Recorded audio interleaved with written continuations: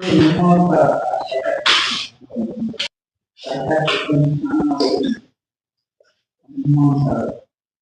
everyone, this is Prashant. I am pursuing hardware and networking course at New Techno Diploma College. Today my topic is about introduction of computer. Computer and the advantages and disadvantages of computer. ಅನುಕೂಲಗಳು ಮತ್ತು ಅನನುಕೂಲಗಳು computer.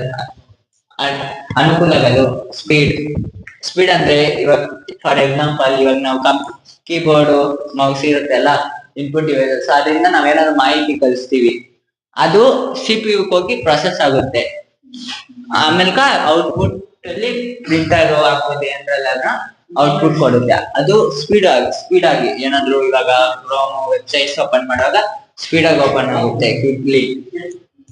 ಅನನುಕೂಲಗಳು securing issues like cyber threats. ಇವಾಗ ನಮ್ಮ computer ನಮ್ಮ personal data ಎಲ್ಲ ಇಟ್ಟಿರ್ತೀವಿ. ಈ cyber ಅವ್ರು ಏನ್ ಮಾಡ್ತಾರೆ, ಹ್ಯಾಕರ್ಸ್ ನಮ್ಮ ಕಂಪ್ಯೂಟರ್ನೆಲ್ಲ ಹ್ಯಾಕ್ ಮಾಡಿ ನಮ್ಮ ಪರ್ಸನಲ್ ಡೇಟಾನ ಎತ್ಕೊಂಡ್ ಬಿಡ್ತಾರೆ. ಮತ್ತೆ expand computer.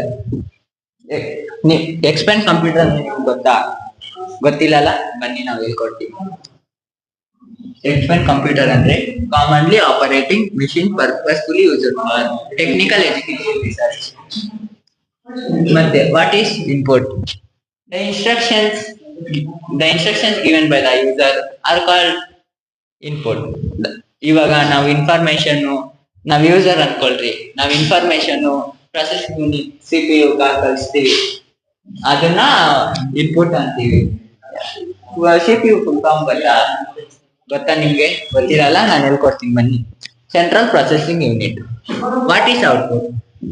The information processed and sent by the computer or electronic machine are called output. ಇವಾಗ ಇನ್ಫಾರ್ಮೇಶನ್ ಪ್ರೊಸೆಸ್ ಆಗಿ ಅದು ಕಂಪ್ಯೂಟರ್ ಇಂದ ಆಗ್ಲಿ ಇಲ್ಲಾಂದ್ರೆ ಎಲೆಕ್ಟ್ರಾನಿಕ್ ಮಿಷಿನ್ಸ್ ಅವಿಂದ ಪ್ರೊಸೆಸ್ ಆಗೋದಕ್ಕ ಔಟ್ಪುಟ್ ಅಂತ ಕರಿತೀವಿ ನಾವು. What are the parts of processing unit?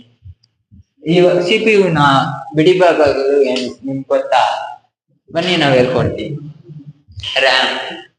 RAM, ROM, cooling fan, SMPS, motherboard, graphic card, CD drive, DVD drive,